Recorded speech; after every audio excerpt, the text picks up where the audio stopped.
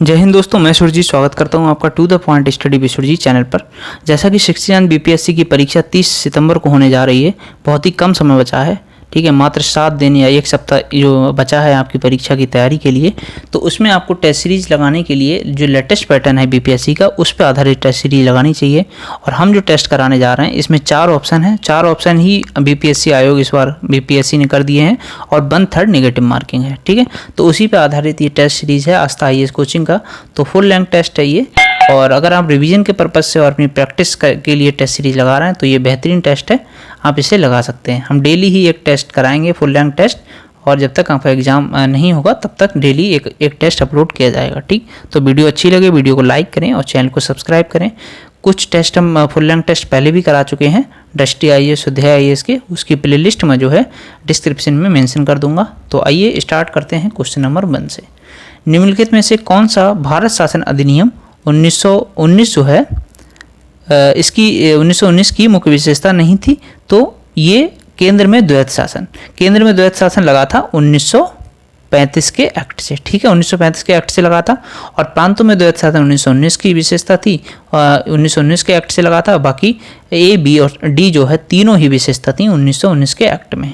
C नहीं था, केंद्र में द्वैत शासन नहीं था, ठीक। क्वेश्चन 2 है, संविधान सभा की निम्नलिखित समितियों में से कौन सी समिति जवाहरलाल नेहरू की अध्यक्षता में हुई थी? तो ये हुई थी संघ शक्ति समिति। और संचालन समिति डॉक्टर राजेंद्र प्रसाद की अध्यक्षता में। बाकी ये दोनों जो समितियां थी ये सरदार पटेल की अध्यक्षता में हुई थी। क्वेश्चन 3 है, अनुसूची तथा उनके विषय से संबंधित असत्य कथन कौन सा है? तो पहला ही असत्य है, क्योंकि अनुसूची जो 3 है ये शपथ से संबंधित है, पदाधिकारियों की शपथ से, ना कि पद ग्रहण से। पद ग्रहण से कौन सी अनुसूची संबंधित है आप कमेंट करके बताइए। बाकी 7, 8, 9 ये मैच करते हैं, ठीक, ये सत्य है। क्वेश्चन नंबर 4 है, निम्न में से कौन सा एक मौलिक कर्तव्य नहीं है? कौन सा एक मौलिक कर्तव्य नहीं है ये पूछा है। तो देखिए, राष्ट्रीय महत्व के स्मारकों और स्थानों की रक्षा करना ये जो है मौलिक कर्तव्य नहीं है, बल्कि ये आता है आर्टिकल 49 में, राज्य के नीति निर्देशक तत्वों में, ठीक।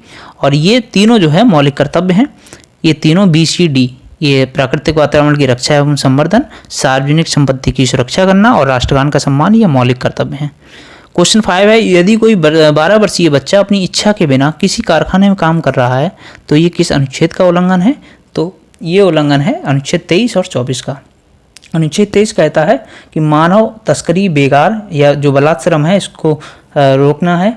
और अनुच्छेद 24 कहता है कि किसी कारखाने या खान में जो खतरनाक गतिविधियाँ हो रही हैं उसमें 14 वर्ष से कम आयु के जो बच्चे हैं इनको मतलब रोकना है, इन पे प्रतिबंध लगाना है, ठीक, कि ये बच्चे काम ना करें। क्वेश्चन 6 है, निम्न में से निम्न विषयों पर विचार कीजिए तथा उन्हें क्रमानुसार जैसा संविधान में उल्लेखित है उन्हें उस क्रम में व्यवस्थित कीजिए।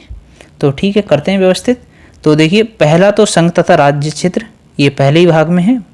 और मौलिक कर्तव्य, उसके बाद नागरिकता है भाग 2 में।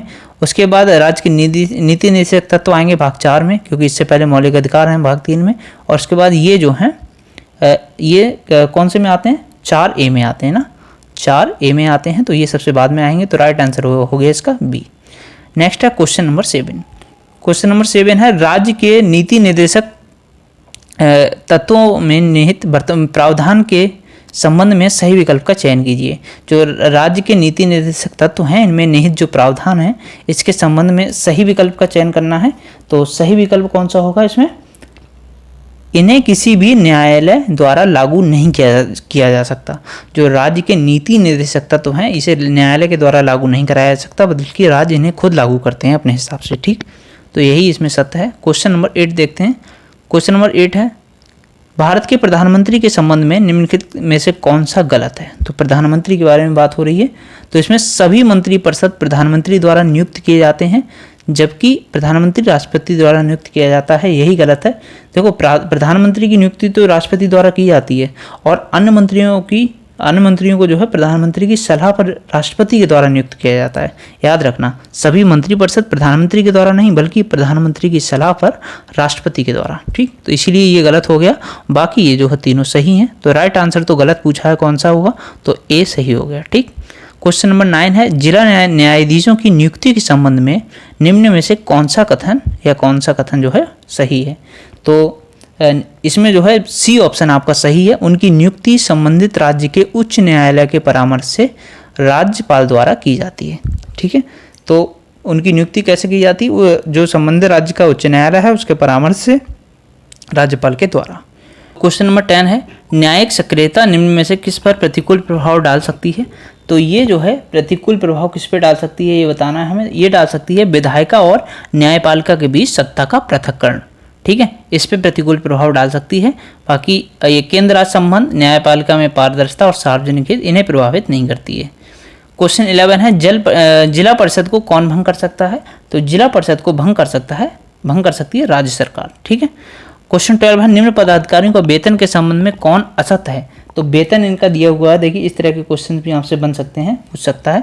तो कौन सा असत्य है? राष्ट्रपति का वेतन 5 लाख है, राज्यपाल का 3.5 लाख है, 3.5 लाख मतलब, और उपराष्ट्रपति का 4 लाख है। ठीक, और बाकी जो मुख्य न्यायाधीश है इनका वेतन 2,80,000 है, ना कि 2.5 लाख। ठीक, क्वेश्चन नंबर 12 का डी सही हो गया। क्वेश्चन नंबर 13 देखेंगे, निम्न में से किसे कानून के शासन की मुख्य विशेषता नहीं माना जा सकता है? तो किसको नहीं माना जा सकता है? ये स्वतंत्रता और नागरिक अधिकार है। नहीं, ये है सरकार के प्रति लोगों का उत्तरदायित्व। ठीक है, सरकार के प्रति लोगों का उत्तरदायित्व जो है इसे कानून के शासन की मुख्य विशेषता नहीं माना जा सकता। क्वेश्चन 14 है, विभिन्न पदाधिकारियों के कार्यकाल के संदर्भ में कौन सा असत्य है? तो ये जो है असत्य है। यूपीएससी का चेयरमैन, इसका 4 वर्ष का शासनकाल दे रखा है। अवधि जो है इसके पदकाल की, तो ये 6 वर्ष होती है, 6 वर्ष से 65 वर्ष की आयु तक। और बाकी जो राज्यपाल की है 5 वर्ष होती है, सीएजी की 6 और 65 होती है, और सर्वोच्च न्यायालय के मुख्य न्यायाधीश जो है इसकी 65 वर्ष होती है। ठीक, नेक्स्ट है क्वेश्चन नंबर, ये इंग्लिश के दे रखे हैं, हम तो हिंदी करा रहे हैं तो हिंदी का ही देखते हैं क्वेश्चन। क्वेश्चन नंबर 15 है, निसार उपग्रह जो है, निसार उपग्रह के संदर्भ में सही कथन पर विचार कीजिए। तो इसमें जो है सही कथन है कि नासा और इसरो द्वारा संयुक्त रूप से इसे विकसित किया जा रहा है निसार को, और इसे निम्न भूकक्षा में स्थापित किया जाएगा, और पृथ्वी के पारिस्थितिकी तंत्र, हिम, द्रव्यमान आदि के परिवर्तन का अध्ययन करने के लिए स्थानीय और सामयिक सतत डेटा प्रदान करेगा। तीनों ही सही हैं, राइट आंसर हो गया इसका टी। क्वेश्चन नंबर 16 देख लेते हैं, चंद्रयान 3 के बारे में। चंद्रयान 3 अभी देखिए हाल में सफलतापूर्वक अपना इसने जो है कार्यक्रम वहाँ पे स्टार्ट कर दिया है पूरा। तो चंद्रयान 3 के बारे में असत्य कथन देख लेते हैं कौन सा है। तो चंद्रमा के उत्तरी ध्रुव पर इसे भेजा गया, यही असत्य है। बाकी GSLV M2 के द्वारा इसे भेजा गया, याद रखना M2 है। ठीक है, M3 नहीं है, कहीं कन्फ्यूज होकर वहाँ गलत कर दो। श्रीहरिकोटा से प्रक्षेपण किया गया इसका, और मून रोवर का नाम प्रज्ञान है। तो ये A और C और D सही है, और असत्य है B। ठीक, क्वेश्चन नंबर 17 है, ब्लॉकचेन तकनीक के संदर्भ में असत्य कथन बताइए।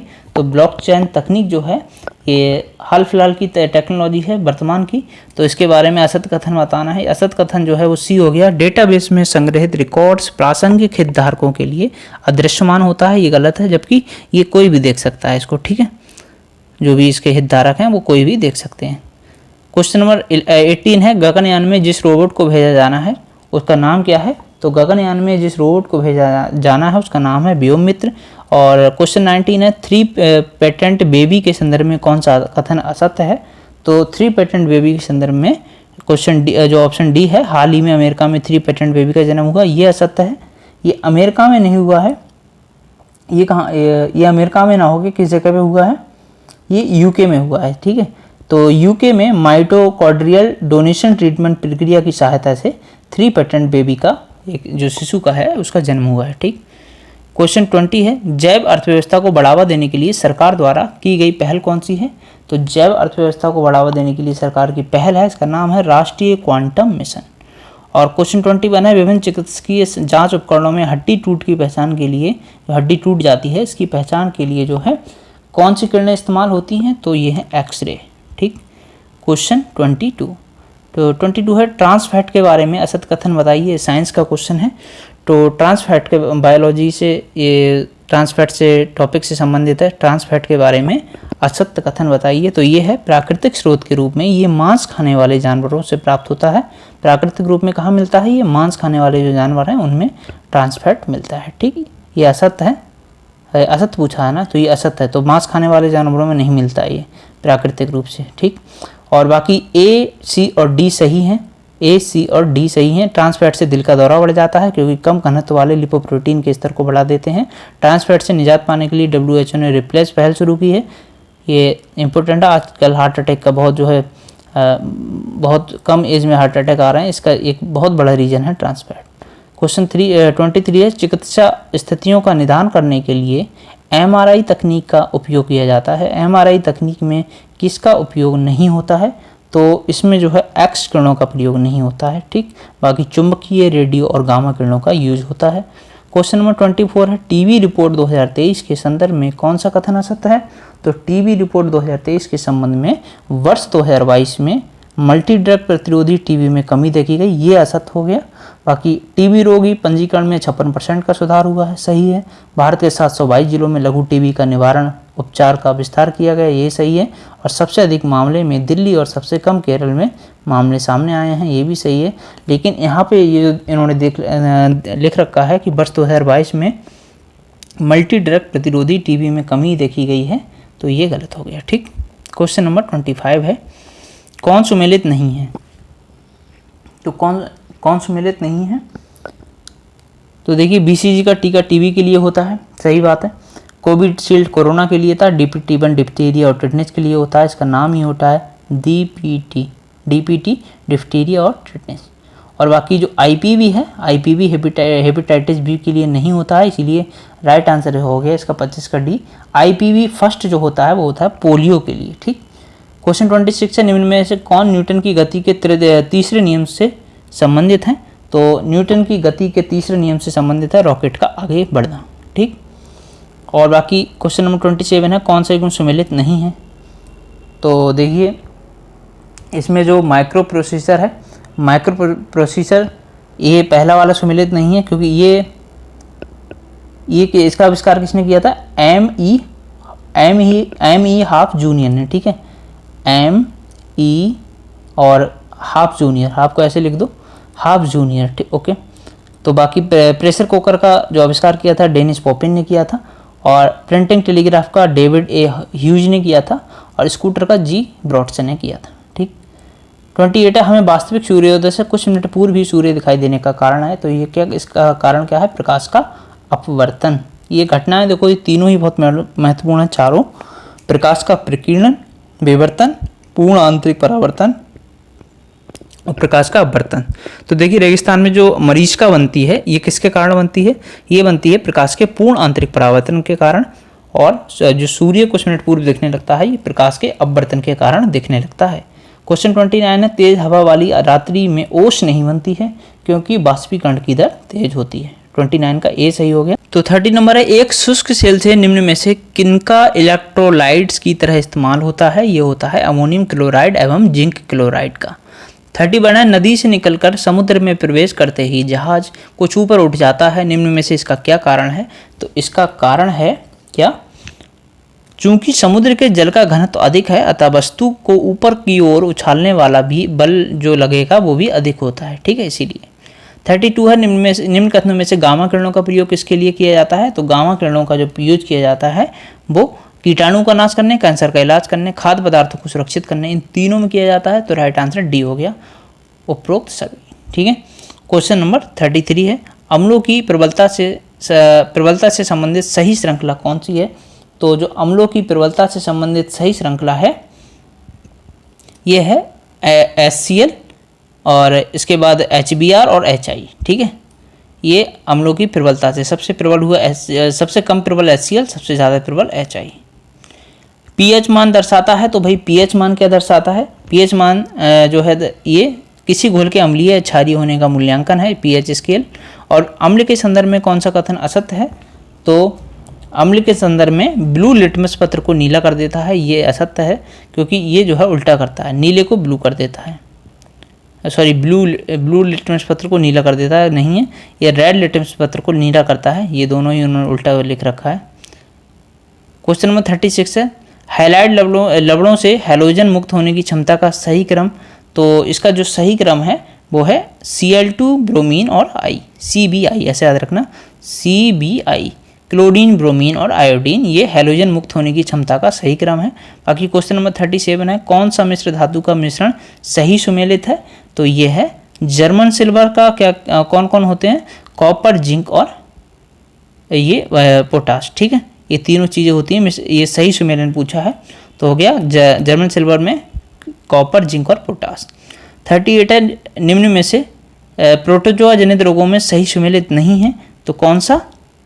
ये निद्रा रोग जो है ये सही सुमेलित नहीं है, क्योंकि इन्होंने बाकी मलेरिया प्लाज्मोडियम से होता है, पायरिया जो है एंट अमीबा जिंजीवेलिस प्रोटोजोआ से होता है, और अमीबी जो है पेचिस, जो अमीबी पेचिस है वो एंटी अमीबा हिस्टोलिटिका से होता है। बाकी ये जो है निद्रा रोग ये सुमेलित नहीं है, ठीक है। निद्रा रोग किससे होता है? सीसी मच्छी जो मक्खी होती है उससे। क्वेश्चन 39 है, निम्न में से कौन सा एक सूक्ष्म जीव तथा इसके औद्योगिक उत्पाद का गलत सुमेलित है? तो ये गलत सुमेलित कौन सा है? ये है डी, क्लिस्ट्रोडियम ब्रूलिकम, ये लैक्टिकम, ये जो है इससे गलत सुमेलित है, बाकी ये तीनों सुमेलित हैं। तो ये गलत डी वाला राइट आंसर इसका सही हो गया। 40 है, किसी व्यक्ति की जीवमितीय पहचान, मतलब जैविक पहचान अगर हो रही है तो उसके लिए अंगुली छाप क्रमवीक्षण के अलावा, हिंदी भी बहुत टफ लिख रखी है यार, इसके अलावा निम्न में से कौन सा प्रयोग में लाया जा सकता है? तो उसके लिए प्रयोग में लाया जाता है परितारका क्रमवीक्षण को, दृष्टिपटल क्रमवीक्षण को और बाक अभिज्ञान को, इन तीनों को प्रयोग में लाया जाता है, ठीक है। अब भाई इस पर क्रमवीक्षण का मतलब मत पूछना। क्वेश्चन 41 है, मियोटिक मेटाफेज 1 के लिए कौन सा कथन सत्य है? तो इसके लिए सत्य कथन जो है वो है युग्मित गुणसूत्र मध्यर्थी अच पर व्यवस्थित होता है, ठीक। बायो इसीलिए तो भाई टफ पड़ती है, क्योंकि वो जब हिंदी में आती है तो और कठिन हो जाती है। कौन सा युग्म सही सुमेलित नहीं है? तो सबसे इजी टॉपिक तो यही लगता है विटामिन वाला। तो देखिए विटामिन ए रेटिनॉल सही है, विटामिन सी एस्कॉर्बिक एसिड सही है, विटामिन बी थायमिन सही है, और विटामिन के ये गलत हो गया। टोकोफोराल तो ई होता है ना, और विटामिन के होगा फाइलोक्विनोन, तो ये सही हो गया डी, यही सुमेलित नहीं है। 43 है, प्रोटीन। अच्छा ये टॉपिक भी थोड़ा सही है लेकिन इम्पोर्टेंट भी है। प्रोटीन, कार्बोहाइड्रेट, वसा और खनिज, इनसे पूछा है कि सुमेलित कीजिए। तो प्रोटीन किससे मिलती है और वसा वगैरह ये किस में होती है, ठीक। तो प्रोटीन जो होती है ये किसे कहते हैं? मायोसिन को। कार्बोहाइड्रेट ये शर्करा, ठीक, इंस्टेंट एनर्जी कार्बोहाइड्रेट, ओके, और चीनी खा के भी मिलती है इंस्टेंट एनर्जी। वसा, इससे कोलेस्ट्रॉल बढ़ जाता है, और खनिज पदार्थ कैल्शियम और फास्फोरस, ये खनिज पदार्थ हैं। राइट आंसर हो गया ए। 44 देखते हैं। 44 है, पौधों के पोषण से विभिन्न तत्वों के संदर्भ में कौन सा कथन असत्य है? तो असत्य कथन इसमें है डी, यानी लोहा की कमी से पौधों की पत्तियां भूरी हो जाती हैं। भूरी नहीं होती हैं भाई, तो क्यों? जो लौह तत्व की कमी होती है इसमें सर्वप्रथम सबसे ऊपर की पत्ती का रंग जो है पीला सफ़ेद होने लगता है, और बाद में पूरी पत्ती सफ़ेद रंग में बदल जाती है और सूखने लगती है, टूट के गिर जाती है, भूरी नहीं होती है। लेकिन 45 है, कौन सा कथन गलत है? तो बी, यानी थायराइड ग्रंथि से इंसुलिन स्रावित होता है, ये गलत है। तो ये गलत क्यों है? देखिए थायराइड ग्रंथि भोजन से आयोडीन का उपयोग दो थायराइड हार्मोन, पहला है ट्राई आयोडोथायरोनिन और दूसरा है थायरोक्सिन, ये दोनों बनाने के लिए करती है। ये इन थायराइड हार्मोनों को भी संग्रहित करती है और ज़रूरत पड़ने पर उन्हें मुक्त भी करती है, ठीक। थायराइड हार्मोन का स्तर बहुत अधिक होता है, इसलिए वे कम TRH और TSH का स्राव करते हैं, जो थायराइड द्वारा हार्मोन उत्पादन को कम करता है। तो याद रखना ये थायराइड ग्रंथि से इंसुलिन स्रावित नहीं होता है, ठीक। ये गलत हो गया। 46 देखते हैं। निम्न में से कौन सा पूर्व से पश्चिम की ओर पर्वत शिखरों का सही क्रम है? ये आपकी आ गई ज्योग्राफी। तो कंचनजंगा है सबसे ईस्ट में, उसके बाद पश्चिम की ओर बढ़ेंगे पूर्व से तो फिर एवरेस्ट और फिर अन्नपूर्णा और सबसे लास्ट में धौलागिरी। राइट आंसर हो गया बी। 47 है, देश में निम्नांकित में से कौन सा भौगोलिक क्षेत्र सबसे अधिक प्राचीन है? तो ये है भारत का प्रायद्वीपीय पठार। तो 48 देख लेते हैं। भारत में हिमालय केवल 5 राज्यों में फैला है, सही है। पश्चिमी घाट केवल 5 राज्यों में फैले हुए, गलत हो गया। पुलिकट झील केवल 2 राज्यों में फैली है, सही है। तो राइट आंसर हो गया इसका डी। और 49 है, जेट प्रवाह से संबंधित बहुत ही ज़्यादा इंपॉर्टेंट है ये ज्योग्राफी का टॉपिक, जेट प्रवाह। तो जेट प्रवाह केवल उत्तरी गोलार्ध में होते हैं क्या? तो जी ऐसा तो नहीं है, ये तो जो है दक्षिणी गोलार्ध में भी होते हैं, ठीक। तो केवल कुछ चक्रवात ही केंद्र में बाताक्षी उत्पन्न करते हैं, क्या ये सही है? तो हमको तो जो है सत्य कथनों पर विचार करना है, तो ये सही ये सही है, केवल कुछ चक्रवात ही केंद्र में जो बाताक्षी हैं, जो आंख बनाते हैं बीच में, ठीक। चक्रवात की बाताक्षी के अंदर का तापमान आसपास के तापमान से लगभग 10 डिग्री सेंटीग्रेड तक होता है। तो ये गलत हो गया, क्योंकि 20 डिग्री ये जो होता है इसका तापमान की बात हो रही है, तो तापमान जो है अंदर का बहुत कम हो जाता है। तो इसका राइट आंसर हो गया 49 का सी। 50 है, निम्न में से कौन सा युग्म सही है? सही युग्म पूछ रहे हैं, तो गल्फ स्ट्रीम, ये अटलांटिक महासागर, यही सही है। बाकी लेब्राडोर जो है ये उत्तरी अटलांटिक महासागर में है, उत्तरी अटलांटिक महासागर की धारा है, और जो पेरू धारा है वो प्रशांत महासागर की है, ठीक। राइट आंसर हो गया इसका सी। 51 है, निम्न में से कौन सुमेलित नहीं है? तो कौन सा सुमेलित नहीं है? मलक्का, यही वाला पहला वाला गलत हो गया, यही सुमेलित नहीं है। तो मलक्का जो है इंडोनेशिया, मलेशिया, मलय प्रायद्वीप और इंडोनेशियाई द्वीप सुमात्रा के बीच स्थित एक जलसंधि है, ठीक। ये और इसका नाम मलक्का सल्तनत के नाम पर रखा गया है। तो मलक्का क्या है? ये इंडोनेशिया, मलेशिया, मलय प्रायद्वीप यानी प्रायद्वीप जो मलेशिया का है, और इंडोनेशिया द्वीप जो है सुमात्रा, इसके बीच एक जलसंधि है। बाकी ये तीनों जो है मैच करते हैं। 52 है, भारत में अधिकतम जनजातीय आबादी वाला राज्य केंद्र शासित प्रदेश का सही क्रम क्या है? तो इसका सही क्रम ये है कि मिजोरम, लक्षद्वीप, मेघालय और नागालैंड, ठीक है। तो सबसे ज़्यादा जनजाति है मिजोरम में, उसके बाद लक्षद्वीप, मेघालय और नागालैंड। ये आपकी जनगणना से क्वेश्चन हो गया। क्वेश्चन नंबर 53 है, कौन सा सम्मिलित नहीं है? तो अल्बर्ट नहर मैनचेस्टर और लिवरपूल, ये वाला गलत हो गया, बाकी ये तीनों सही हैं। केपी नहर आंध्र प्रदेश और तमिलनाडु, कील नहर उत्तरी सागर और बाल्टिक सागर, बोल्गा डान नहर रोस्टा और स्टालिनगार्ड, और जो अल्बर्ट नहर है ये वाला सुमेलित नहीं है, क्योंकि अल्बर्ट नहर एंटवर्प, लीक और बेनेलक्स की मध्य है, ठीक है। 54 देख लेते हैं। 54 है, समुद्री लवणता के संदर्भ में निम्न में से कौन से सही कथन है? इन पे विचार करना है।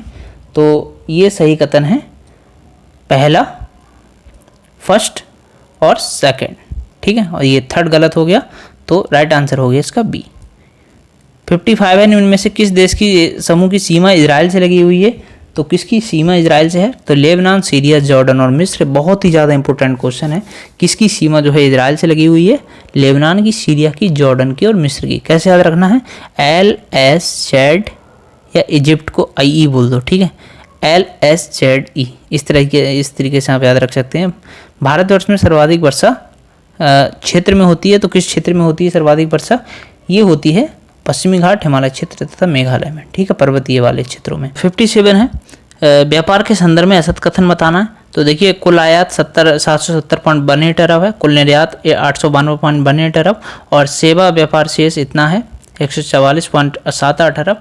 लेकिन सबसे बड़ा व्यापारिक भागीदार जो हमारा चीन नहीं है, अमेरिका है, चीन सेकंड पे है। तो गलत कथन हो गया ए, यानी केवल 4। जीडीपी के संदर्भ में कौन सा कथन असत है? तो जीडीपी के संदर्भ में बी जो है असत है। जीडीपी की विकास दर 2023-24 में 6.0 से 6.8% तक रहेगी, ठीक। क्वेश्चन 59 है, वित्त मंत्रालय के ताज़ा आंकड़ों के अनुसार दिसंबर 2022 के अंत में भारत पर बाह्य ऋण कितना था? तो ये था 613 अरब डॉलर। और सकल घरेलू उत्पाद डिफ्लेटर शब्द जो है निम्न में से किसके मध्य एक अनुपात है? तो ये अनुपात है नॉमिनल जीडीपी और वास्तविक जीडीपी के मध्य। और उसके बाद नेक्स्ट दिया है क्वेश्चन 61, गिल्ट एज मार्केट में क्रय विक्रय किया जाता है। तो ये किस किस का क्रय विक्रय किया जाता है? सरकारी प्रतिभूतियों का, गवर्नमेंट सिक्योरिटीज़ का। नेक्स्ट है 62, कृषि उत्पाद के बारे में सत्य कथन बताना है। तो जो कृषि उत्पाद हैं, ये अनाज का उत्पादन इतना रहा, तो ये गलत है, 323.55 मिलियन टन नहीं रहा है, ठीक। और बाकी ये जो है सत्य कथन बताना है ना, तो पहला सही है, पहला ही सही है, खाली अनाज का उत्पादन 323.55 मिलियन टन रहा है, ठीक। 62 का राइट आंसर हो गया ए। 63 का राइट आंसर क्या है? विश्व बैंक के लॉजिस्टिक इंडेक्स में भारत का स्थान। तो इसका राइट आंसर है सी, 38वां। और CRR में वृद्धि होने से अर्थव्यवस्था पर निम्न में से क्या प्रभाव पड़ेगा? ये समझ लीजिए। तो CRR में जब वृद्धि होती है तो बैंकों की ऋण देने की क्षमता में कमी आ जाती है, ठीक है, क्योंकि इनको जो है जो परसेंटेज है पैसे का वो RBI के पास ज़्यादा मात्रा में जमा करना पड़ता है। मुद्रास्फीति को किसके द्वारा नियंत्रित किया जाता है? तो मुद्रास्फीति को नियंत्रित किया जाता है मुद्रा के प्रवाह को घटाकर। 66 है, वस्तु एवं सेवा कर के संबंध में निम्नलिखित कथनों पर विचार कीजिए। तो इसका राइट आंसर क्या होगा? इसका राइट आंसर होगा उपरोक्त में से सभी। ये सभी सही हैं। आप चाहें तो वीडियो पॉज करके ये चारों ऑप्शन पढ़ सकते हैं। 67 है, ट्रेजरी बिल के बारे में असत्य कथन। तो ट्रेजरी बिल के बारे में असत्य कथन है बी, केंद्र एवं राज्य सरकार दोनों। ठीक है, ये जो है ट्रेजरी बिल के बारे में असत्य कथन है। ट्रेजरी बिल को कौन, भारत में केंद्र सरकार ट्रेजरी बिल और बॉन्ड या दिनांकित प्रतिभूतियाँ दोनों को जारी करती है, राज्य सरकार नहीं करती है। 68 है, सिंधु सभ्यता के बारे में कौन सा कथन असत्य है? तो देखिए, सिंधु सभ्यता से क्वेश्चन आना ही आना है, इसमें असत्य पूछा है। सिंधु सभ्यता टॉपिक अच्छे से पढ़ लीजिए, मैंने कराया है। आप प्ले लिस्ट में जाए, आप अगर वीडियोज़ में देखेंगे सर्च करके तो आपको मिल जाएगा। ठीक है, कहीं से भी पढ़ लीजिए, सिंधु सभ्यता इंपॉर्टेंट टॉपिक है। राइट आंसर है इसका डी, लोग लोहे से परिचित नहीं थे। बाकी ये तीनों ऑप्शन सही हैं। ठीक, वैदिक काल के संदर्भ में कौन सा कथन असत्य है? तो वैदिक काल के संदर्भ में ऑप्शन डी असत्य है, पुरोहितों का कार्य कर्मकांडों का संपादन करना नहीं था। ये असत्य हो गया, क्योंकि इनका कार्य ही यही था, कर्मकांडों का संपादन करना। बाकी ये तीनों सत्य हैं। जीविकोपार्जन हेतु वेद वेदांग पढ़ाने वाला अध्यापक उपाध्याय कहलाता था। फीस नहीं लिया जाता था, लेकिन दक्षिणा स्वीकार किया जाता था। और अर्धव्यू जो होते थे वो वैदिक काल में वैदिक ज्ञान यज्ञ के अवसर पर वैदिक मंत्रों का उच्चारण करते थे। क्वेश्चन 70 है, महात्मा बुद्ध के संदर्भ में। ये टॉपिक भी इंपॉर्टेंट है, महात्मा बुद्ध, इनसे क्वेश्चन आना ही आना है। तो इनमें कौन सा कथन असत्य है? ये सी इसका असत्य है। द्वितीय बौद्ध संगति में सुत्त और विनय नामक दो पिटकों का विभाजन होगा। तो ये असत्य है, क्योंकि ये जो हुआ था प्रथम बौद्ध संगति में हुआ था। ठीक है, और बाकी डी ऑप्शन में दे रखा है, बुद्ध ने सबसे अधिक शिष्य कौशल राज में हुए थे, इनके शिष्य सबसे ज़्यादा, और यहाँ की राजधानी श्रावस्ती में उन्होंने सर्वाधिक उपदेश दिए। तो डी भी सही है, ए भी सही है और बी भी सही है। वैसे असत्य पूछा है तो असत्य सी है, इसीलिए राइट आंसर हो गया इसका सी। 71 है, निम्न में से कौन सुमेलित नहीं है? तो सुमेलित कौन से नहीं है? कौशल कौशाम्बी वाला। बाकी कुरु इंद्रप्रस्थ, पांचाल की राजधानी अहिछत्र, अंग की चंपा, ये हो गया गलत। ठीक, 72 अशोक के अभिलेखों में मौर्य साम्राज्य के प्रांतों का उल्लेख में शामिल नहीं है। तो कौन सा शामिल नहीं है भाई? ये शामिल नहीं है आपका अंग। ठीक, और 73 है, कौन सा एक सही सुमेलित है? तो कुषाण गांधार कला शैली इन्होंने दी थी, ये सही सुमेलित है। बाकी ये गलत हैं सभी। ठीक है, 74 है, राजवंश दे रखे हैं, राजधानी दे रखी है। मैंने ये पूरा वीडियो कराया हुआ है, important topics on white board classes करके एक प्लेलिस्ट है, आपको डिस्क्रिप्शन में मिल जाएगी, वहाँ से आप जाके देख सकते हैं। पूरा टॉपिक मैंने कराया है वाइट बोर्ड पे, राजवंश और राजधानियों का। तो देख लेते हैं। शुंग वंश जो है, इसमें मैच करना है हमें। शुंग वंश के संस्थापक राजधानी कहाँ थी? ये पाटलिपुत्र थी। और सातवाहनों की थी पैठन, और कदम्ब की थी महोबा, कदम की बनवासी, और चंदेलों की महोबा। ठीक है, तो राइट आंसर इसका क्या हो गया? ए। तो एक बार फिर से देख लो, याद कर लो। शुंग वंश की राजधानी पाटलिपुत्र, सातवाहनों की पैठन, कदम्ब वंश की बनवासी और चंदेल वंश की महोबा। क्वेश्चन नंबर 75 है, अलाउद्दीन खिलजी से संबंधित निम्नलिखित कथनों पर विचार कीजिए। तो अलाउद्दीन खिलजी बहुत ही इंपॉर्टेंट टॉपिक है, ये भी दिल्ली सल्तनत का। तो देखो, उसने खेती की भूमि को मापकर राजस्व एकत्रित किया, सही है। दूसरा गलत है, उसने पूरे साम्राज्य में राजस्व के उपाय लागू किए, तो इसने पूरे साम्राज्य में लागू नहीं किए थे। और उसने प्रांतीय राज्यपालों की शक्ति को समाप्त कर दिया, ये भी सही है। राइट आंसर हो गया इसका सी। क्वेश्चन 76 है, कौन से कथन सही हैं? तो सही कथन बताना है। तो देखो, पहला जो कथन है वो दिल्ली सल्तनत के राजस्व प्रशासन में राजस्व वसूली की प्रभारी जो होता था उसको आमिल कहते थे, पहला सही है। बाकी ये 2 और 3 जो है गलत है। ठीक, क्वेश्चन नंबर 77, कौन सा सही नहीं है ये इसमें बताना है। तो न्यूनीच कृष्णदेव राय, ये सही नहीं है। देखो, अच्युत देव राय विजयनगर साम्राज्य के एक राजा थे, इनके समय में जो है ये न्यूनीच आया था। ठीक है, और बाकी अब्दुल रज्जाक देवराव द्वितीय, निकोलो कुंटी देवराय प्रथम और बारबोसा कृष्णदेव राय के समय में आया था, ये सही है। बाकी सी गलत है। क्वेश्चन नंबर 78 है, ताजुल मासिर, इसने क्या लिखा था? इसने लिखा था हसन निजामी। किसने लिखी थी? हसन निजामी ने। ताजुल मासिर की पुस्तक है, इधर लेखक दे रखे हैं, तो ये लिखी ताजुल मासिर हसन निजामी ने।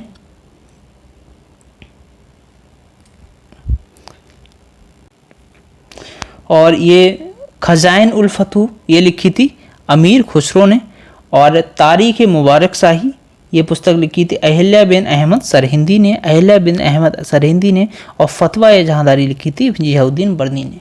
तो राइट आंसर इसका क्या हो गया? ए। ठीक है। क्वेश्चन नंबर 79 है, इनमें से कौन शेख फरीद का सर्वाधिक ख्याति लब्ध शिष्य जिसने दिल्ली के 7 सुल्तानों का शासन देखा? ये कौन से थे? इनका नाम था निजामुद्दीन औलिया, इसने दिल्ली के 7 सुल्तानों का शासन देखा था। निम्न में से कौन सा कथन बलबन के संबंध में सही नहीं है? तो ये इसका राइट आंसर है बी। उसने इक्तदारी व्यवस्था का प्रारंभ किया, यही गलत हो गया, और यही इन्होंने पूछा सही नहीं है, तो राइट आंसर हो गया इसका बी। ठीक है। 81 देखते हैं, किस अधिनियम के द्वारा कलकत्ता में सर्वोच्च न्यायालय की स्थापना की गई थी? तो ये एक्ट था रेगुलेटिंग एक्ट, नहीं ये होगा पिट्स इंडिया एक्ट 1784। ठीक है, इसके द्वारा। 82 है, सूची 1 को सूची 2 से मिलान करना है। इसमें देखिए जो यहाँ पे करेक्शन कर लीजिए आप, यहाँ पे रेगुलेटिंग एक्ट ही होगा। सर्वोच्च न्यायालय की स्थापना 1773 के द्वारा की गई थी, क्योंकि 1774 में तो स्थापना ही हुई थी, तो 1773 का एक्ट था। ठीक है। तो नेक्स्ट देख लेते हैं 82।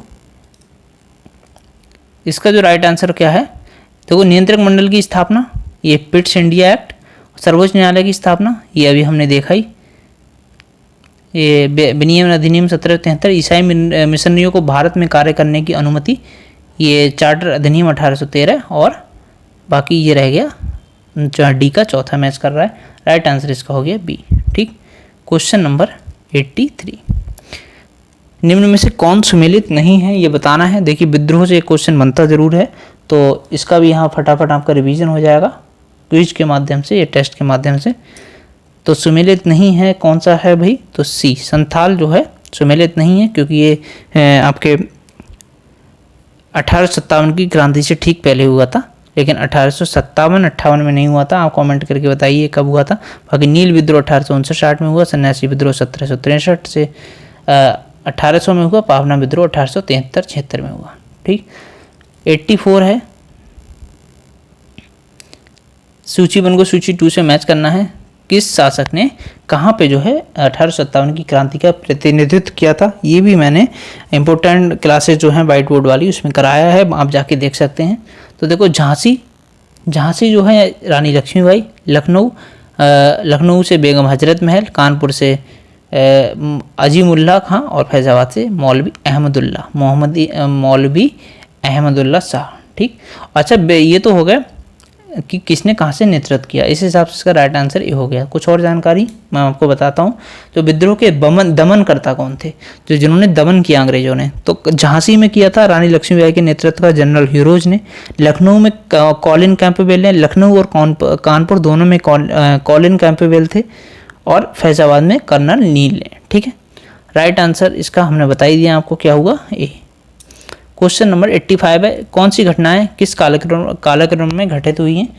तो क्रोनोलॉजी से क्वेश्चन बनता है। देखिए चौरी चौरा कांड कब हुआ? 4 फरवरी 1922 को। ठीक है। जलियांवाला हत्याकांड कब हुआ? 1919। Rowlatt act 1919। लेकिन समझना यह है कि पहले क्या आया था? चंपारण 1917। तो देखिए सबसे पहले क्या आया होगा? 1917 में चंपारण अधिनियम हुआ, तो 4 वाला ये पहले हुआ। उसके बाद में जो है रॉलेट एक्ट आया, इसे काला अधिनियम माना गया। उसके बाद अमृतसर में जलियांवाला हत्याकांड हुआ, और फिर गोरखपुर में चौरी चौरा कांड हुआ 1922 में। ठीक। क्वेश्चन 86 है, स्वदेशी और बहिष्कार सर्वप्रथम किस घटना के दौरान संघर्ष की विधि के रूप में अपनाए गए थे? तो ये बंगाल विभाजन के विरुद्ध आंदोलन। ठीक है। गांधी इरविन समझौता मुख्य रूप से किस कारण हुआ था? तो ये किस कारण हुआ है? सविनय अवज्ञा आंदोलन समाप्त करने के लिए। 88 है, भीमराव अम्बेडकर और महात्मा गांधी के मध्य सन 1932 में कब हुआ था? ये 24 सितंबर 1932 को पूना, यहाँ पे गलत लिखा है, दूना समझौता नहीं, पूना समझौता हुआ था। तो ये इसमें क्या प्रावधान थे? इसमें प्रावधान था हरिजनों के लिए आरक्षण सहित संयुक्त निर्वाचन। 89 है, कैबिनेट मिशन के बारे में कौन सा कथन गलत है? कौन सा कथन गलत है कैबिनेट के बारे में? तो इसमें पाकिस्तान निर्माण का प्रस्ताव ये गलत है, बाकी ये ए, बी और डी सही है। तो क्वेश्चन 90 देख लेते हैं। लेखक एक तरफ दूसरी तरफ पुस्तकें दे रखी हैं, तो वैलेंटाइन्स रोल, ये इसमें ये पूछा था वो कौन एक सुमेलित है? तो यहाँ इन्होंने सुमेलित नहीं है पूछना चाहिए इन्हें, ठीक है, क्यों? अभी मैं बताता हूँ आपको नेक्स्ट। वैलेंटाइन्स रोल की पुस्तक जो है वो है इंडियन अर्नेस्ट, तो ये मैच नहीं करता है। ठीक है, द इंडियन स्ट्रगल किसकी है? सुभाष चंद्र बोस की। रफीक जकारिया की पुस्तक है the man who divide in India, Subhash Chandra Bose की है इंडियन अर्नेस्ट। ठीक है, क्या है इनकी? इंडियन अर्नेस्ट है। तो वैलेंटाइन्स रोल इन्होंने लिख रखा है इनके सामने, तो इंडियन स्ट्रगल थी सुभाष चंद्र बोस की और इंडियन अर्नेस्ट है वैलेंटाइन्स रोल की, ये भी मैच नहीं है। और बी डी सावरकर की अनहैप्पी इंडिया है। बी डी सावरकर की पुस्तक तो अनहैप्पी इंडिया नहीं है, ये इनकी है गीता रहस्य। और बी डी सावरकर इन्होंने जो है 1904 में एक संस्था की स्थापना की थी, गुप्त समिति थी, उसका नाम बताइए। और अनहैप्पी इंडिया ये किसकी पुस्तक है? लाला लाजपत राय की। ठीक है, ये मैंने बता दिया। इन्होंने क्वेश्चन को सही से सेट नहीं किया है, पता नहीं ये पूछ रहे हैं कि सही सुमेलित नहीं है, सही सुमेलित हैं, क्योंकि वैलेंटाइन्स रोल इंडियन अर्नेस्ट हो गई। रफीक जकारिया इनकी पुस्तक मैच कर रही है, सुभाष चंद्र बोस इंडियन स्ट्रगल। और बी डी सावरकर की पुस्तक ये अनहैप्पी इंडिया नहीं है, ये है लाला लाजपत राय की। ठीक है, क्वेश्चन नंबर 91 है भारतीय राष्ट्रीय कांग्रेस के किस अधिवेशन में बाल गंगाधर तिलक ने अभिव्यक्त किया था? तो क्या अभिव्यक्ति थी इनकी? स्वराज मेरा जन्मसिद्ध अधिकार है, मैं इसे लेकर रहूँगा। तो ये इन्होंने कहा था लखनऊ अधिवेशन में। इंपॉर्टेंट क्वेश्चन है ये। 92 है कांग्रेस के संबंध में दिए गए वक्तव्य में कौन असत्य है? तो इनका सी जो है असत्य है। बंकिम चंद्र चटर्जी संभ्रांत लोगों का प्रतिनिधित्व करने वाली संगठन, इन्होंने कांग्रेस को कहा था, ये गलत है। इन्होंने नहीं कहा था बल्कि किसी और ने कहा था। तो उनका नाम क्या था? नाम तो अभी मुझे भी याद नहीं आ रहा है। तो देखो, लाला लाजपत राय लॉर्ड डफरिन के दिमाग की उपज है, ये सही है, इन्होंने ही कहा था। लाला लाजपत राय ने कांग्रेस जो है कि कांग्रेस लॉर्ड डफरिन के दिमाग की उपज है। बिपिन चंद्र पाल ने कहा था कि याचना करने वाली संस्था है। और अश्विन कुमार दत्त ने कहा था कि कांग्रेस के सम्मेलन 3 दिनों का तमाशा है। ठीक है, क्वेश्चन नंबर 93 है कांग्रेस के किस अधिवेशन में एक गवर्नर जनरल ने भाग लिया था? तो ये लॉर्ड विलिंगटन, बम्बई 1915। हार्डिंग बम कांड के संदर्भ में कौन सा कथन असत्य है? तो ये इसका राइट आंसर है सी, इसी कांड के लिए खुदीराम बोस को फांसी हुई थी, ये असत्य हो गया। ठीक है, बाकी 1912 में हत्या का प्रयास किया, सही है। और लॉर्ड हार्डिंग पर बम जो है रास बिहारी बोस ने फेंका था, ये भी सही है। इसमें असत्य पूछा है, राइट आंसर हो गया सी। 95 घटनाएं और क्रांतिकारी दे रखी हैं, घटनाएं और क्रांतिकारी, इस टाइप का भी क्वेश्चन बीपीएससी में पूछा जाता है। तो देखिए लेटेस्ट पैटर्न पे ये आपकी एक अच्छी टेस्ट सीरीज़ है। कुछ कहीं कहीं आपको प्रिंटिंग मिस्टेक मिल सकती है, क्योंकि जल्दबाजी में टेस्ट सीरीज़ बनाई जा रही हैं 4 ऑप्शन वाली। तो लेकिन हाँ, कंटेंट सही है, रिवीजन आपका सब टॉपिक का हो जाएगा, ये क्लियर है। तो घटनाएं दे रखी हैं, तो इसमें अलीपुर षड्यंत्र खुदीराम बोस एवं प्रफुल्ल चंद्र चाकी, सही है। दिल्ली बम कांड बसंत कुमार बार रास बिहारी घोष या राम बिहारी घोष लिख रखा है इन्होंने। और काकोरी ट्रेन एक्शन, ये मैच नहीं कर रहा है। और शास्त्रागार डकैती कांड सूर्य सेन, सही है, राइट आंसर हो गया सी। क्वेश्चन 96 है चंपारण सत्याग्रह के संदर्भ में कौन सा कथन सही है? तो चंपारण सत्याग्रह के संबंध में ऑप्शन सी जो है इसका सही है, पहला और दूसरा सही है। ठीक है, दोनों ही सही हैं। 97 देख लेते हैं। कौन से आंदोलन से भारतीय राष्ट्रीय कांग्रेस के विभाजन में योगदान दिया है, जिसके परिणामस्वरूप उदारवादी नरम दल और अतिवादी गरम दल उभर के आए? तो ये सी, असहयोग आंदोलन। 98 है समाचारों की सुर्खियों में रहे सेंगोल के बारे में। देखो, सेंगोल जो मोदी जी हाथ में पकड़े हुए थे नए संसद भवन के उद्घाटन के समय, तो इसके बारे में है कि कौन सा कथन सत्य है? तो इसमें ये सभी कथन, सेंगोल तमिल भाषा के शब्द सेमई से निकला हुआ शब्द है, इसका अर्थ है नीति परायणता। सेंगोल राजधन भारतीय सम्राट की शक्ति और अधिकार का प्रतीक है। सेंगोल अंग्रेजों से भारतीयों को सत्ता के हस्तांतरण का प्रतीक है। और प्रधानमंत्री ने तमिलनाडु के अधीन मठ से प्राप्त सेंगोल के नए संसद भवन में स्पीकर की कुर्सी के निकट स्थापित किया, ये सही। तो इसके सभी कथन जो हैं वो सही हैं। 99 हाल ही में राष्ट्र को समर्पित भारतीय संसद के नए भवन के बारे में सही कथनों पर विचार कीजिए, क्वेश्चन पक्का बनेगा इससे, तो इसके बारे में डिटेल से जानो। नए संसद भवन के 6 द्वार मकर और हंस ये जल को समर्पित हैं। शार्दूल और गरुण ये आकाश को समर्पित हैं। अश्व और गज भूमि को समर्पित हैं। तो देखो, एक बात मेरी ध्यान से सुन लीजिए, ये जो है ये जो इनके द्वार हैं, ये 6 द्वार हैं और इनके बारे में पूछा है। ये मकर और हंस जल को समर्पित हैं, शार्दूल और गरुड़ आकाश को, और भूमि को समर्पित कौन से हैं? अश्व और गज। सेकंड है नए संसद भवन को बीचों बीच वातावरण में सर्वाधिक ऑक्सीजन छोड़ने वाला पीपल का पेड़ लगाया गया है, तो पीपल का पेड़ नहीं लगाया गया है, ये लगाया गया है बरगद का पेड़। ठीक है। संसद के दोनों सदन लोकसभा तथा राज्यसभा पूरी तरह से कागज रहित हैं, ये सही है। तो पहला और तीसरा सही है, दूसरा हो गया गलत, यही हो गया सही, क्योंकि गलत ही पूछा है इन्होंने इसमें। 100 है, हाल ही में जारी आंकड़ों के अनुसार नवीकरणीय ऊर्जा को स्थापित क्षमता के बढ़ते हुए क्रम में राज्यों का कौन सा क्रम सही है? तो इसका ए सही हो गया, महाराष्ट्र, कर्नाटक, तमिलनाडु, फिर गुजरात, उसके बाद राजस्थान, ये सही है। ठीक है। क्वेश्चन नंबर 101 देख लो। क्वेश्चन नंबर 101 है, निम्न में से कौन सी योजनाओं का संबंध सीधे महिलाओं के कल्याण और सशक्तिकरण से है? तो कौन सी योजनाएं? ये सभी योजनाएं जो हैं वो संबंधित हैं महिलाओं के कल्याण और सशक्तिकरण से। क्वेश्चन नंबर 102 है, दूरसंचार सेवा प्रदाता कंपनियों में निम्न में से किस कंपनी की बाजार हिस्सेदारी वर्तमान में सर्वाधिक है?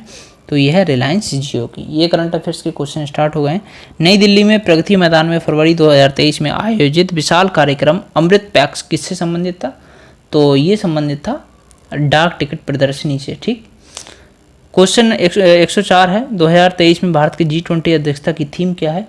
तो इसकी थीम है one earth, one family, one future.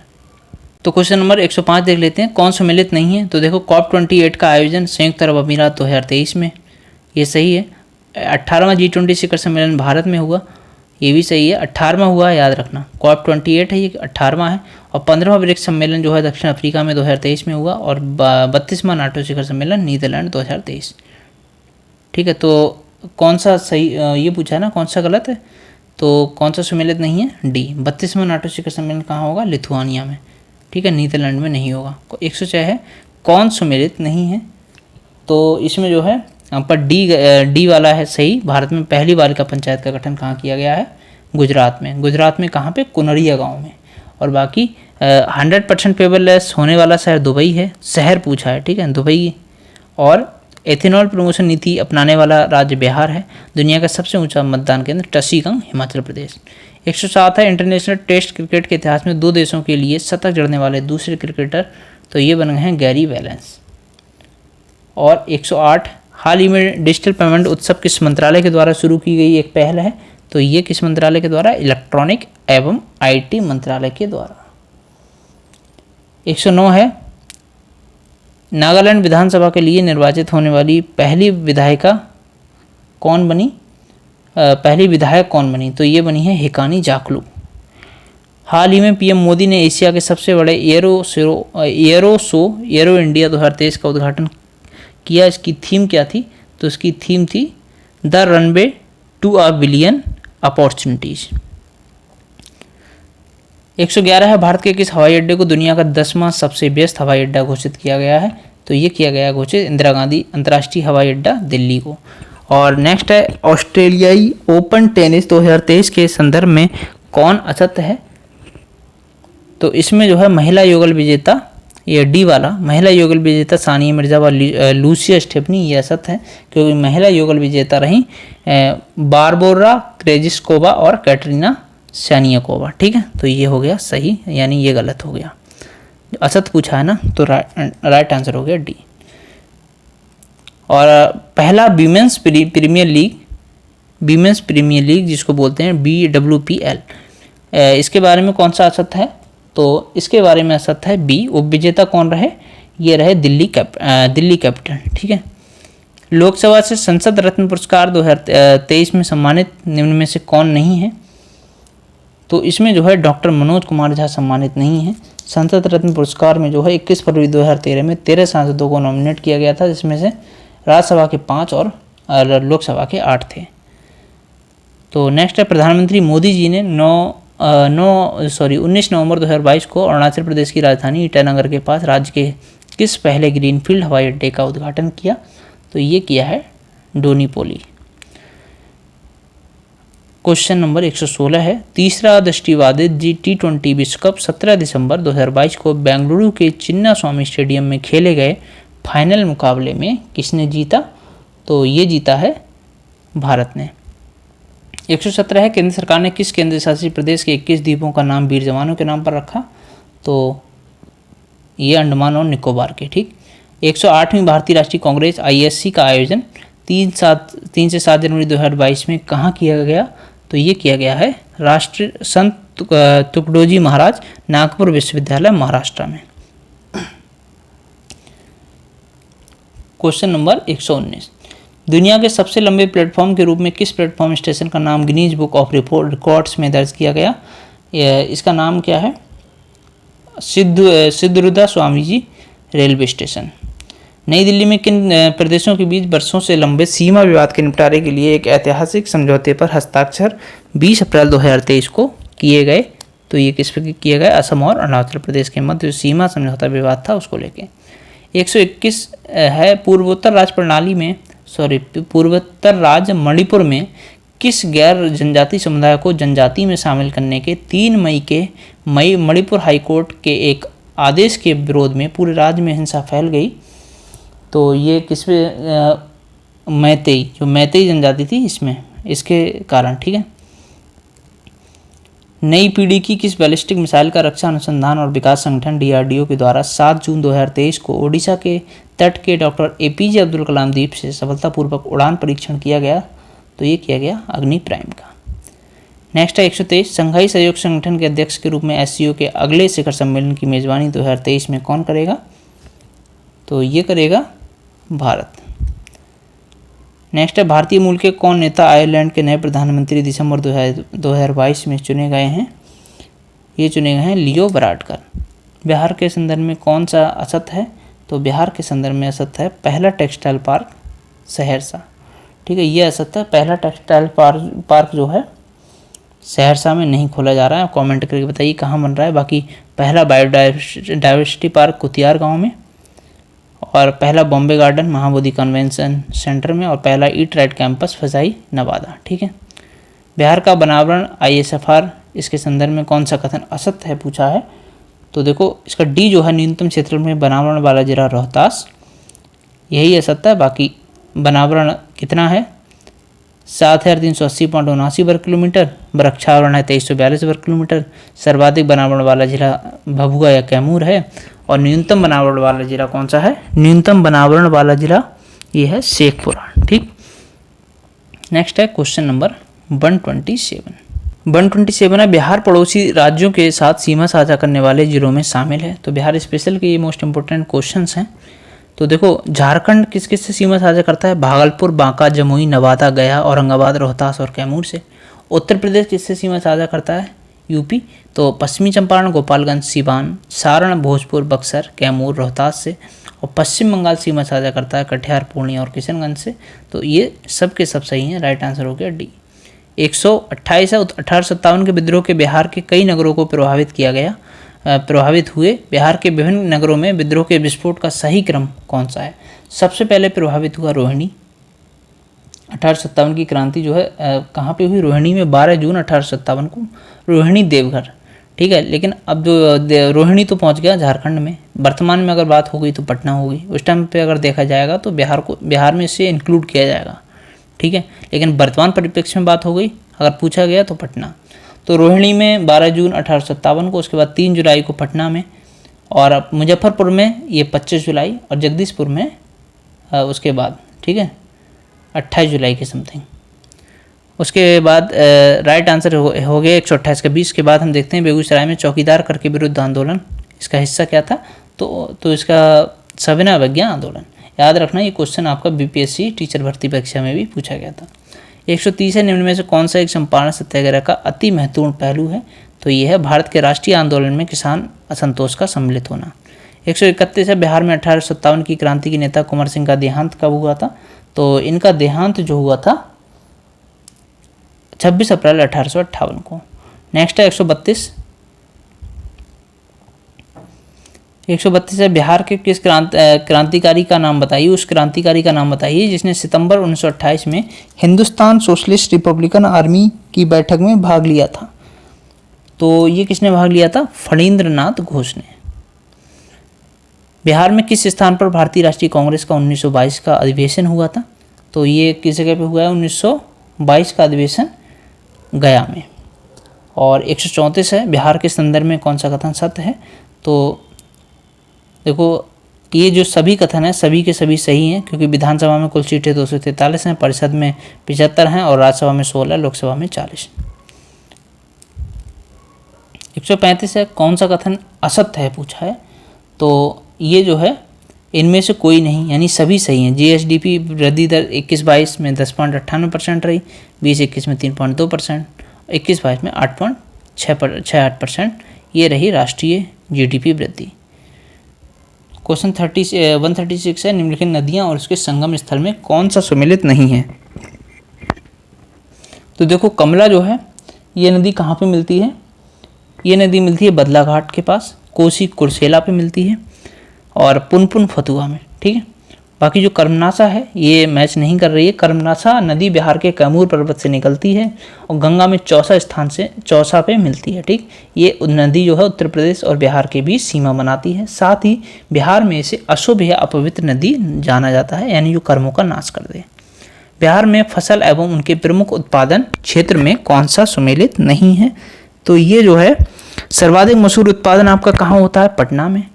Bihar की खेती के बारे में बात हो रही है। सर्वाधिक गेहूं उत्पादन जो है बागमती के कछार क्षेत्र में। सर्वाधिक जूट उत्पादन शाहबाद क्षेत्र में नहीं होता, ये पूर्णिया वाले एरिया में होता है, पूर्णिया किशनगंज में। और सर्वाधिक मक्का उत्पादन गंगा के उत्तरी भागों में। राइट आंसर हो गया सी। बिहार विधानसभा चुनाव 2020 के संदर्भ में बताइए कौन सा कथन असत्य है। तो इस चुनाव में थर्ड जेंडर का मतदान 4.7% था, गलत हो गया ये, क्योंकि थर्ड जेंडर का मतदान था 3.74, बाकी सब सही हैं।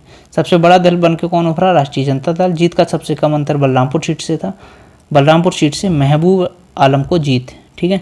और कुल सदस्यों की संख्या में महिलाओं की संख्या जो थी वो 10.7% थी। बिहार के किस मैदानी क्षेत्र में जूट प्रमुखता से उगाया जाता है। तो जूट सबसे ज़्यादा प्रमुखता से उगाया जाता है उत्तरी पूर्वी मैदान में, किशनगंज, पूर्णिया, कटिहार वाले क्षेत्र में। बिहार का कौन सा कृषि जलवायु क्षेत्र व्यावसायिक फसलों के उत्पादन के लिए जाना जाता है।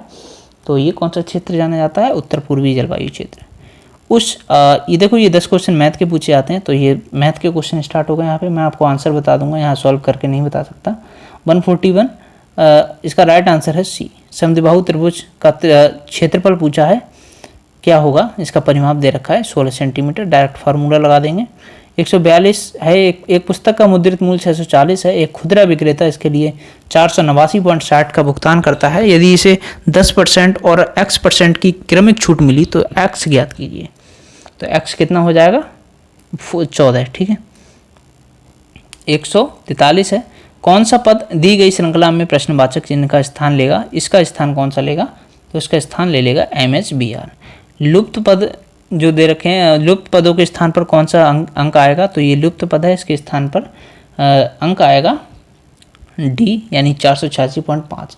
कैसे आएगा, तो देखो 5, अगर 5 गुणा 0.5 प्लस 0.5 करेंगे, जैसे 5 है ये, इसमें गुणा 0.5 प्लस 0.5 करेंगे तो आपका 3 आ जाएगा। और सेम 3 में अगर 3 की गुणा करेंगे 1 से प्लस 1 कर देंगे तो आपका 4 आ जाएगा। और 4 में अगर आप 1.5 की गुणा और 1.5 जोड़ेंगे तो 7.5, ये 7.5 आ जाएगा। तो इस तरह से ये सीरीज चलेगी और राइट आंसर होगा इसका डी। क्वेश्चन नंबर 145, यदि 1 मीटर की सीढ़ी को 15 मीटर की दीवार के साथ इस प्रकार रखा जाता है कि वह दीवार के ठीक ऊपर पहुंचे तो दीवार की ऊंचाई बराबर है। तो ये इसका राइट आंसर क्या हो गया, सी, ठीक है। 146 इसका राइट आंसर हो गया बी और 147 इसका राइट आंसर हो गया सी। आप सॉल्व जरूर करना इन क्वेश्चंस को। और 148 इसका राइट आंसर क्या हो गया, इसका भी सी सही है, ठीक है। और 49 इसका राइट आंसर हो गया ए। देख लीजिए आप क्वेश्चन एक बार। और 150 का राइट आंसर जो हो गया वो डी हो गया। तो ये हमारे 150 क्वेश्चंस की फुल लेंथ टेस्ट सीरीज हो गई, लेटेस्ट पैटर्न पे आधारित, 4 ऑप्शन और 1/3 नेगेटिव पे आधारित। तो कल हम एक फुल लेंथ टेस्ट सीरीज और लेके आएंगे और इसी तरह हम पर डे जो है आपको डेली प्रैक्टिस कराएंगे एक फुल लेंथ टेस्ट की, जिससे आपको एग्जाम हॉल में कोई दिक्कत ना आए। मिलते हैं नेक्स्ट वीडियो में। वीडियो अच्छी लगे तो वीडियो को लाइक करें, चैनल को सब्सक्राइब करें। Bye bye, take care.